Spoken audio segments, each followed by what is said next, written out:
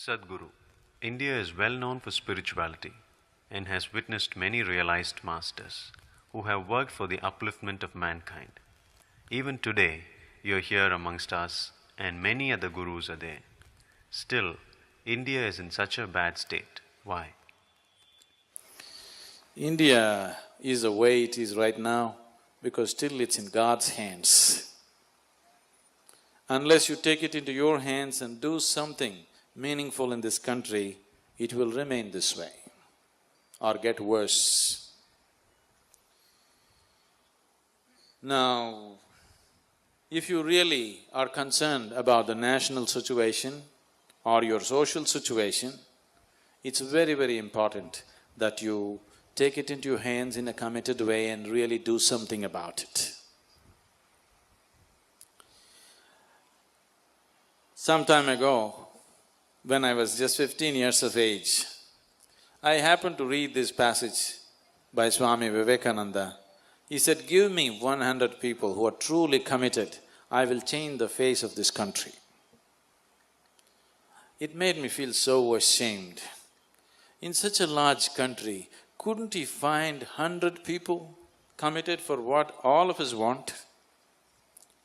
A man like Vivekananda doesn't come every day. When he comes, he could not find 100 people. What a shame it is. Not for him, for us as a nation. Since that day I thought, at least as a tribute to Vivekananda, we must create 100 truly committed people.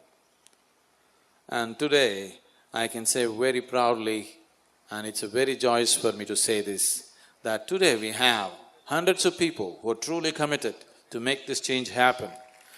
The change is beginning to happen, but not enough. It is not enough. What I see is 100 people are not enough. Today we need 1,000,000 people who are really committed. Only then something really worthwhile will happen in this nation. All of you who are here today, I request you, beg you and plead with you that in whichever capacity you can, in whatever sphere of life you are, please commit yourself to create a beautiful situation in this country, which is a part of this world anyway. Please do that, because without this commitment, thinking, people are saying this is all divine plan. Because your stomach is full, you can talk this kind of philosophy. If you had your stomach empty, you would have your own plan to get your food. Isn't it so? Now life is comfortable for some people, those people are saying it is all divine plan.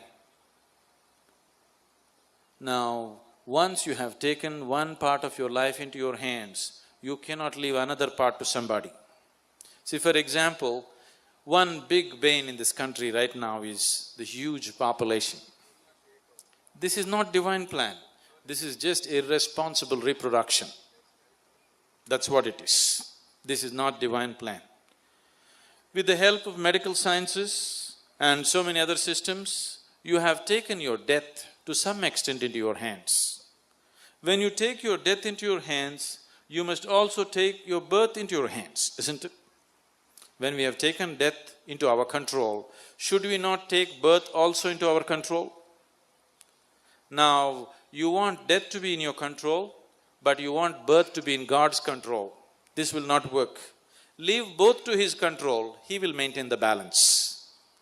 Once you have taken one, you better take the other also.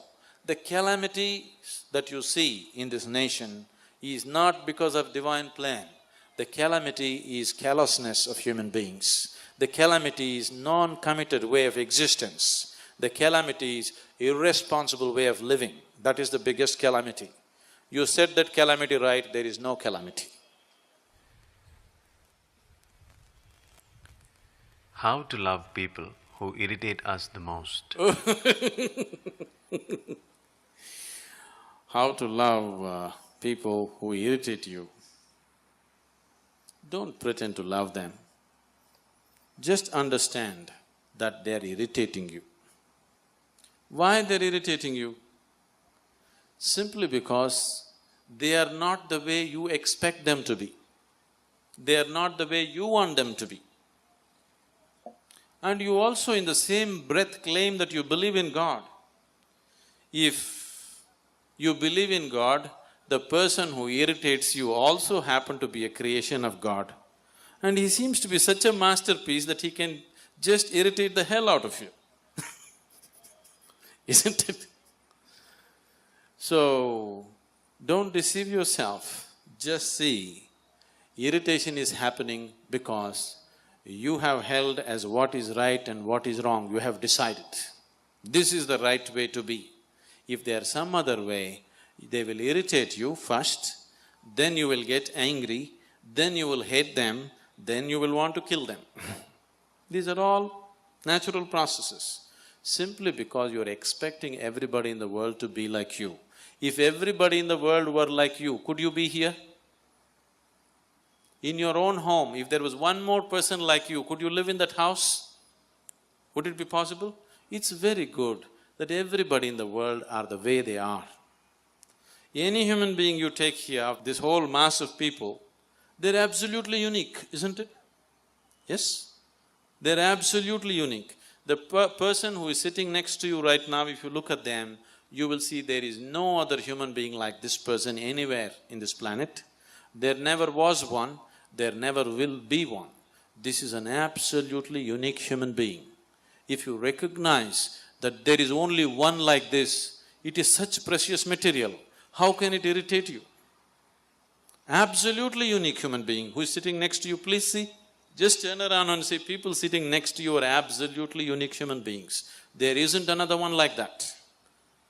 And it is such a miracle for you that today you are sitting next to this human being who is absolutely unique. Never before, never again on this planet. Where is the question of irritation? You are blind, that is why you're irritated. You are simply blind to life. You have not opened your eyes and looked at life. That is why you can be irritated. Otherwise, how can anybody irritate you? What is the difference between mind and Atma?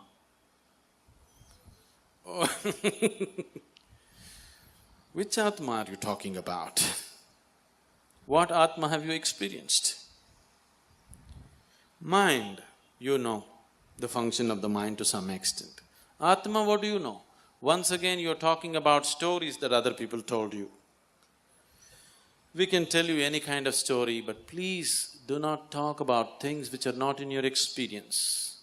The moment you start talking about what is not in your experience, to put it very bluntly, you're just lying to yourself, isn't it? Yes? If you're talking about things which are not in your living experience, are you not lying to yourself? Yes or no? So don't talk about Atmas. About mind, we can see. Atma, you cannot see right now. Does it mean to say it does not exist? It does not matter whether it exists or not. It is not in your experience right now. So if you want to experience anything beyond physical nature, obviously you cannot experience it with five sense organs. You must have a way of perceiving life beyond the five sense perceptions. That's what yoga means. Yoga means raising your perception beyond the physical so that you can experience that which is not physical. Only when you experience that which is not physical, we can say you are spiritual. Not because you believe this or that you are spiritual. Not because you go to the temple, mosque or church you are spiritual. You will become spiritual only when the realm of your experience transcends the physical reality and you have started experiencing that which is not physical. Let's not give names to that. Let us just see, right now it is not in our experience, and let's create a longing that we want to know life beyond the present limitations of life. Naturally, there will be a way to know this. Sadhguru, someone is saying that he has met many jnanis, some of whom have attained to samadhi, and he has taken diksha from them. He doesn't feel that it has made any significant impact on his life. His question is whether it is necessary for him to attend your programs. Would that make any difference? Obviously, now don't think that you met many jnanis is not a qualification. It's a disgrace that you met so many and still you did not allow it to happen. That means wherever you went, you failed. That's what it means. You met many people who even attained samadhi and still nothing happened to you means, please don't carry it as a qualification or a badge on your shoulder, it's a disgrace. Because nobody could awaken you, because you must have been going to those places like a stone. I want you to understand now that if it has not worked, definitely it's time that you make one more attempt. We have many hard ways for hard nuts, soft ways for soft ones. So if you are a hard nut, we have ways for you. You please come. In modern life, we are going through enormous stress. Can Isha Yoga help us come out of this? Now, it is not a question of modern life or ancient life. Whenever people are in a state where they have no control over their inner situations, they will be naturally stressful. It is not because of external situations that you're stressful, it is just that your inner situations, your mind, your body, your emotion and your energy is not in control. That is why you're stressful. Definitely Isha Yoga will do miracles for you in that direction. There are so many gurus today. All are claiming different things in the name of liberation. How can I know who is the right guru for me?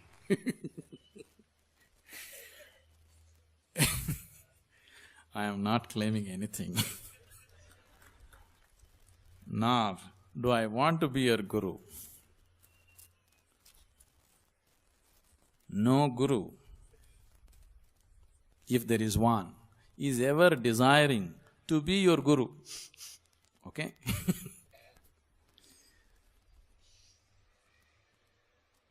Guru means… Gu means darkness, Ru means dispeller. One who dispels your darkness is your guru.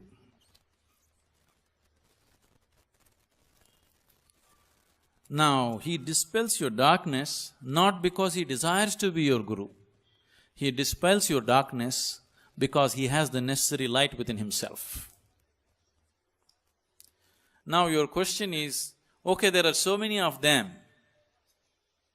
which one should I choose? This question is like, which soap shall I use? Lux, Hammam, Nirma, which one?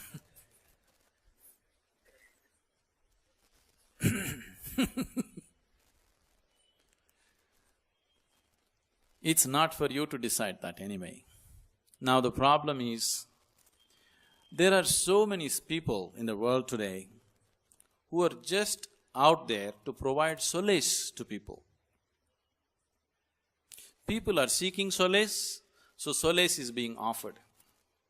Those who offer solace to you, those who offer psychological comfort to you, you don't call them a guru because they're only taking you deeper into your ignorance. If you sit with your guru, if you're very comfortable, he's not your guru. If you sit with him, you feel threatened. Who you are becomes so insufficient in his presence. Who you are trembles in his presence, then he's your guru. In his presence, if you're comfortable, he's not your guru because he's only supporting your limitations. He is not threatening your limitations. In his presence, you don't know what to do, he is your guru. In his presence, you know what to do, he is not your guru. In his presence, you don't know what to do, but still everything happens, he is definitely your guru. This is not something that you judge. But right now there is a need to judge because so many of them are coming. I don't know how many more people have spoken in the same grounds.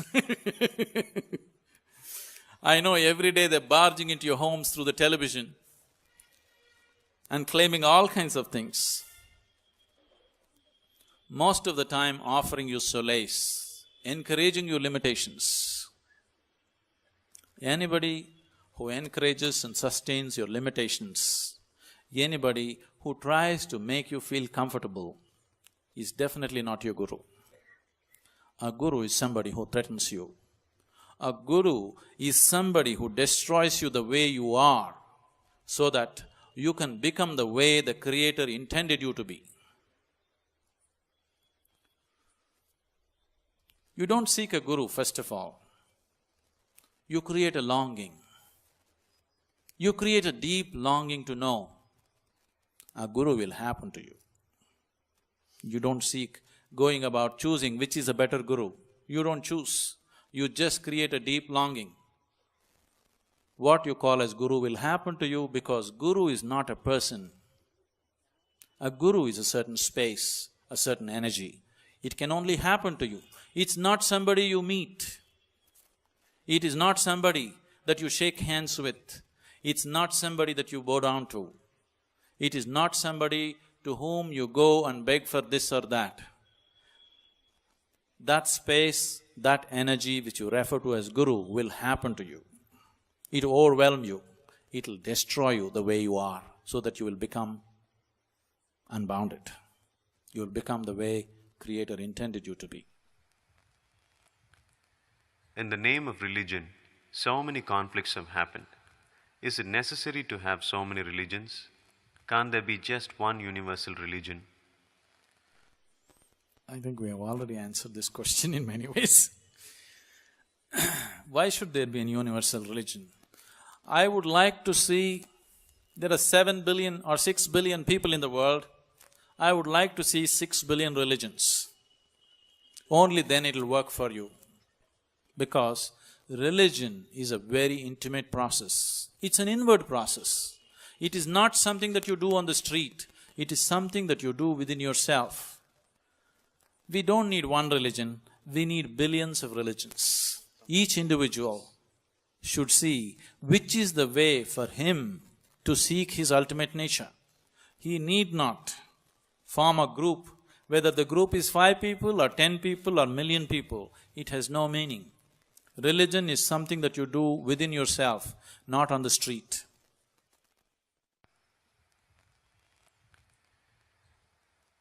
Sadhguru, what is dhyana? How is it different from puja and prayer? Does practicing meditation bring well-being to us the way we want it, just like performing rituals does? There is a catch in the question. Bring well-being to us the way we want. This is the problem with people. They not only want well-being, they want well-being the way they want. And they also claim that they believe in God. Please see, the only and only problem with your life right now is, life is not happening the way you want it to happen.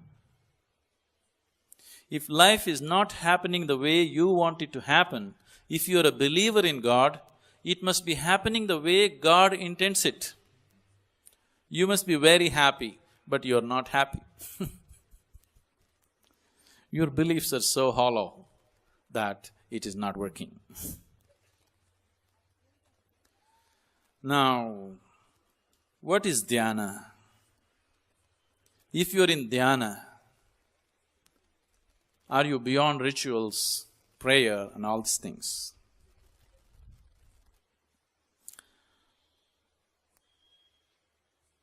Dhyana means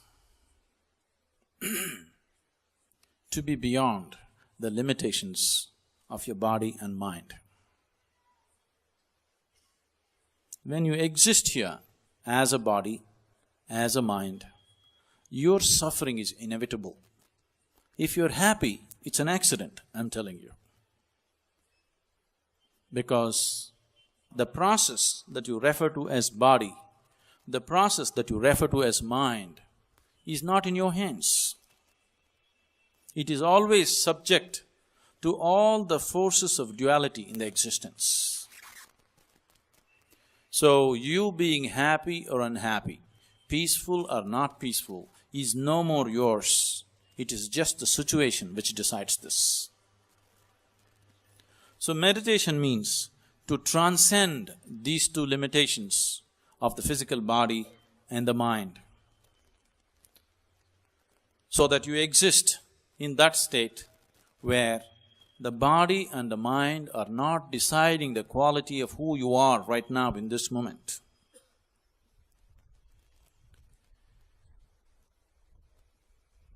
To be in meditation means to be in that state. To be in dhyana means to be in that state where you are in touch with the source, that which is the basis of this body and this mind. Now, what is it that you're referring to as God? What is it that you're referring to as the divine? What is it that you're referring to as Allah and Shiva and God and whatever else? That which is the basis of all creation, that is what you're referring to as God. So meditation means to be in that state where you are neither the body nor the mind, because body and mind are things that you gathered from outside. They are not the basis of life, they are only the surface of life. The physical reality of the existence is only the peel of the fruit. See, the peel has no purpose of its own. Only as a protective layer for the fruit, the peel means something. For example, this moment you're sitting here, this body is very important. You have to feed this body, you have to clothe this body, you have to decorate this body, you have to pamper this body in so many ways. But that something inside this body which you never experienced, if that something leaves this body, nobody is interested in the body. Now the fruit is gone, nobody is interested in the peel anymore. Only because the fruit is inside, we value the peel. But right now, you have gotten so deeply involved with the peel that you have forgotten about the fruit. If you're eating the peel of life, how life can be?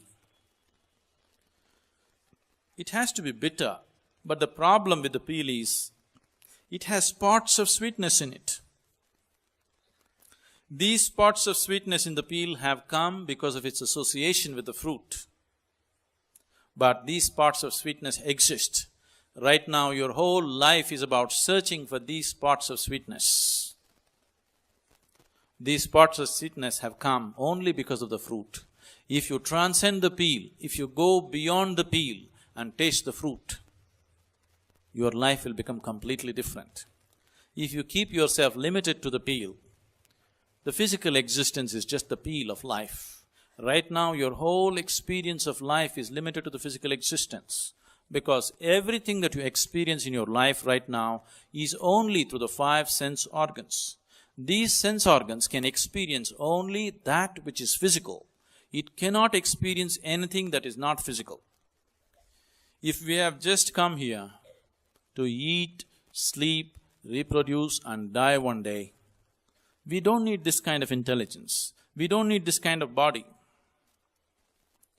To eat, sleep, reproduce and die, if you had come as an insect or a worm or an animal or a bird, you could have fulfilled those things much better than any human being.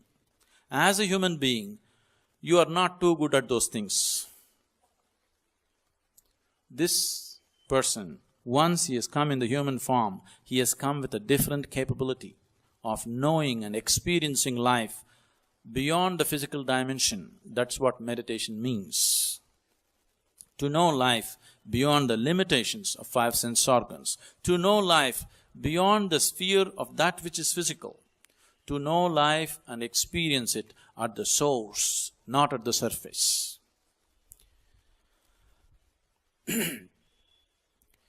Is it not enough for me to pray? Your prayer is just 99% of the time is just an expression of your fear and greed. It has nothing to do with divinity. It has nothing to do with the source of life. It is very much the surface. Things that you don't have, things that you long for, things that you crave for, that is what your prayer is. You are just hoping God will give it to you. You are just hoping that you will earn your life little free. You are just hoping that you will get your life at fair price. It's not working, but fear itself is not going, even peace is not coming into your mind because of this. The difference, the fundamental difference between prayer and meditation or dhyana is, prayer means you are making an attempt to speak with God. By now, you must have spoken much. In all these years of speaking, probably you never allowed Him to speak. If you don't allow somebody to speak, so you do one thing. You go to your friend's house today after this meeting, sit there for half an hour, you do all the talking. Don't allow your friend to utter one single word. The next time you go and knock on his door, even if he's there, he will say he's not there. If you say 10 things, at least if you allow him to say one, there is a possibility of relationship. If you do all the talking, your friend will have nothing to do with you. That is what has happened between you and God. Even though He is very much present with you, He pretends as if He is not there, because He is afraid of you, because you do all the talking. So meditation means you stop your nonsense and listen. It's not the time for you to speak. You speak throughout the day. For some time in a day, you allow Him to speak. Let's see what He's got to say. Are you a Shaivite? Does your path embrace every god and everybody? I think before I spoke, they wrote this question. Are you a Shaivite or a Vaishnavite? You are asking me which group do I belong to.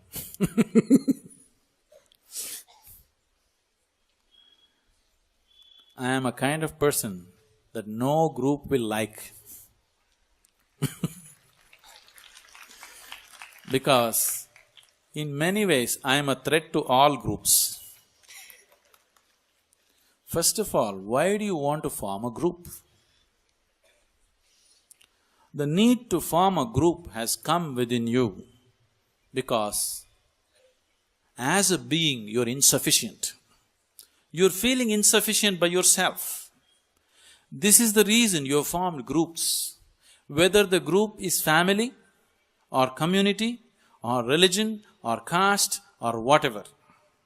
Any kind of group you have formed because by yourself you feel insufficient. As a being, you are not sufficient. You have not found anything within yourself which is of such value that if it sits here, it is complete by itself. You have not found anything of substance within you. That is the reason why you are forming a group. That is the reason why you belong to your group. Whether you are a Vaishnava or a Shaiva, or you are this or that, the fundamentals, the psychology behind the need to form a group has come because of your insufficiency. You have not felt who you are. You have not bothered to see who you are. You have not bothered to experience what is the nature of your being. That is the reason you have formed a group. Now, my whole work and my life is to help people experience the divine within themselves. If you experience the divine within you, after that, definitely you would not have any need to belong to any group. You don't even have to identify yourself as a human being and alienate yourself from the other life forms in the existence. You can just exist here as life. Life is sufficient unto itself. You don't have to make Saiva out of it. You don't have to make Vaishnava out of it. You don't have to make Hindu out of it. You don't have to make Muslim out of it. If you sit here, this being is sufficient.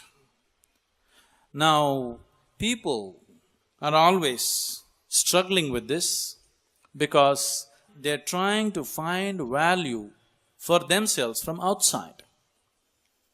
They're always trying to add value to their life, either through education, or through the clothes they wear, or through the jewels they wear, or through the homes that they stand in, or through the visiting cards that they carry. You are doing all this because somewhere you have not experienced the nature of who you are. You have not even made an attempt in that direction. So belonging to this group or that group only retards you. It doesn't matter which group you belong to, it retards you. If you are planning to form an Isha group, that will also retard you. The very reason carefully we chose a name as Isha is, Isha means formless divinity, that you can't identify with it. You can experience it, but you can't identify yourself with it. So the question of belonging to some group or the question of embracing different groups doesn't arise in my mind. Only if you see them as different, the question of embracing arises within you. When you don't even see what is sitting in front of you as different from yourself, the question of embracing it doesn't arise. The very fundamentals of spirituality is just this. If you begin to experience everything as a part of yourself, then we say you're spiritual. How can I experience everything as a part of myself? Because I am me, you are you. That's the reality. Today, modern science is proving to you beyond any doubt that the whole existence is one energy. There is no doubt about it anymore. The same energy is manifesting itself as mud, the same energy is standing there as tree, the same energy is barking as a dog, the same energy is sitting here as you, the same energy is what you worship as God. This is what modern science says. Your religions, whichever religion you come from, they have also been screaming the same thing. They have been saying God is everywhere. Whether you say God is everywhere or everything is one energy, is it different? It is just that Einstein likes to call it E, we call it Ishvara. We are saying everything is Ishvara. He is saying everything is E. It is not different. So if everything is that, why is it that you're not experiencing it that way? It is simply because you are deeply enslaved to the process of sense organs. The sense organs can experience anything only in comparison with something else. Only because you have seen darkness, you can feel the light. That's the nature of your eyes. Only because you have heard a situation where there was no sound, now you can hear the sound. If I feel this is cool, only because my body is warm, I can feel the coolness of this steel rod. Everything that you experience through the sense organs is only in comparison with something else. So once you're enslaved to the sense perception, once your experience of life is limited to the sense perception, naturally you experience the world fragmented into a million pieces. You don't see the oneness of the existence. Now, if you transcend your sense perception, naturally you feel and experience everything as a part of yourself. Once you experience everything and everybody as a part of yourself, after that nobody has to tell you how you must live here. Nobody has to teach you to be good. See, from the moment you are born, people are teaching you moralities. Be good, don't harm this person, don't kill that person, don't rob that person. Suppose you experienced all the people who are here as a part of yourself, does somebody has to teach you such morality? Is there a need for such morality? So that is what spirituality means. If you have tasted anything which is beyond the physical limitations, you cannot belong to any group. See, that which is everywhere, with what will you compare it with? Once you have no comparison, you cannot experience through the limitations of sense perception. You can see it this way. Once it so happened, there was a philosopher fish. What? A fish, a philosopher? Yes, a philosopher fish. See, everybody is a philosopher. Please look at yourself. You are also a great philosopher. There is a drunkard on the street. You stop him and ask him why he is a drunkard. He has a great philosophy as to why he is drinking. Yes? Is it so? You stop a thief and ask him why he is a thief. He has a solid philosophy as to why he is into this. Everybody has solid philosophies to support whatever nonsense they are doing in their life. Without a philosophy, you cannot continue your nonsense. Please see. If you have no philosophy, you cannot sustain your nonsense. At every moment, you have to become aware. At every moment, you have to think, why should I do this? But once you have a philosophy, you can just continue your nonsense endlessly. So there is a philosopher fish. One day he is sitting in one place, very miserable, in great distress. Another fish came this way, looked at this philosopher fish and asked him, "Philosopher, why are you sitting like this? You seem to be in great distress. What is the reason for your misery?" The philosopher fish said, "Don't bother me, I'm in real trouble." "What is your troubles? Please tell me." The philosopher fish said, "Wherever I go, people are talking about oceans. I wanted to see the ocean, so I traveled in every direction possible, but I don't see the ocean. Where is it?" Now the problem is, he is also a part of the ocean. That's the problem.